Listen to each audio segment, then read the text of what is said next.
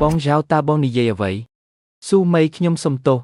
ខ្ញុំបានបាត់បង់អ្វីទាំងអស់ខ្ញុំបានបាត់បង់អ្វីទាំងអស់ពួកអ្នកខ្ចីប្រាក់កំពុងព្យាយាមចាប់ខ្ញុំបានគ្រប់គ្រងកណនីចិនដីគោករបស់ខ្ញុំរួចហើយវាជាតាក់ស៊ីដែលគ្មានអាជ្ញាប័ណ្ណចៅចាស់តើយើងនឹងធ្វើអ្វីដោយគ្មានអ្នកឡានដឹកទំនិញនៅតែស្ថិតនៅក្នុងយ៉ាងគ្មានឡានដឹកទំនិញពេញខ្ញុំលែងចង់បានឡានទៀតហើយប្រគល់វាទៅឲ្យដាឈួនហើយឡាននៅតែអាចវាមានតម្លៃខ្លះឲ្យគាត់លក់វាដើម្បីយកប្រាក់ខែទៅបងរថយន្តគឺជាប្រធានបទសិក្សាដ៏ធំទូលាយមួយវាមិនមានតម្លៃច្រើនទេ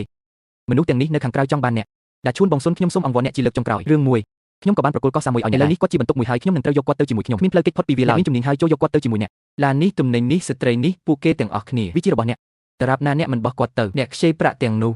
ពួកគេនឹងបំផ្លាញគាត់ដាឈួនតើយើងធ្វើអ្វីឥឡូវនេះ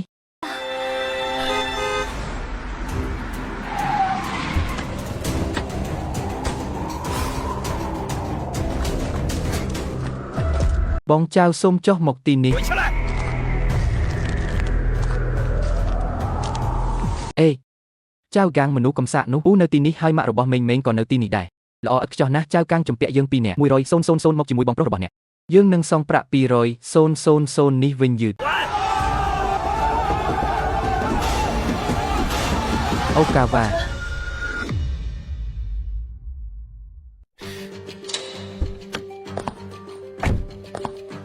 អូកាវ៉ាលោកយ៉ាវហ្គេងបានរត់គេចខ្លួនឡាននេះឥឡូវជារបស់ខ្ញុំហើយ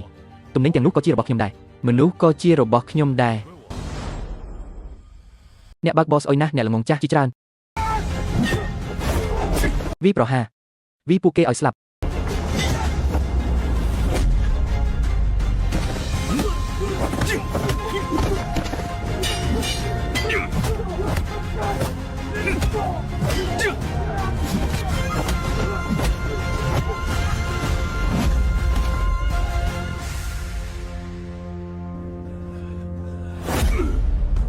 ចៅកាំងជំពាក់អ្នកហើយចូលទៅរកគាត់ឡាននេះឥឡូវជាកម្មសិទ្ធិរបស់គ្រួសារជាងហើយប្រញាប់ឡើងហើយបញ្ចប់ផ្លូវបន្ទាប់ដែលអ្នកដើរនឹងជាផ្លូវដែលធ្វើឲ្យអ្នកជាប់គាំងពង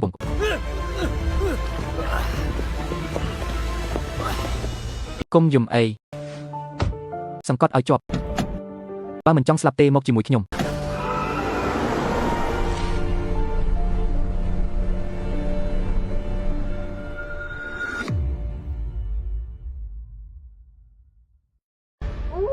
ខ្ញុំបានប្រាប់យ៉ាវហ្គេងថាអ្នកមិនអាចបើកបរបានទៀតទេផ្លូវខាងមុខពិតជាមានគ្រោះថ្នាក់ពេកហើយគ្រោះថ្នាក់ណាស់ភាពមើលឃើញមិនសូវល្អនៅពេលយប់ការបន្តបើកបរបែបនេះវាងាយស្រួលសម្រាប់អ្វីមួយខុសប្រក្រតីស្នាក់នៅទីនេះយប់នេះការស្នាក់នៅសន្តាគារត្រូវចំណាយលុយហើយមនុស្សមួយចំនួនម្ចាស់បំណុលម្នាក់អាចនឹងកំពុងដេញតាមពួកគេតាឈួនខ្ញុំរងាណាស់អ្នកដេកលើក្រែរបស់ខ្ញុំនឹងអង្គុយនៅទីនេះបងចៅតាបងនិយាយអ្វី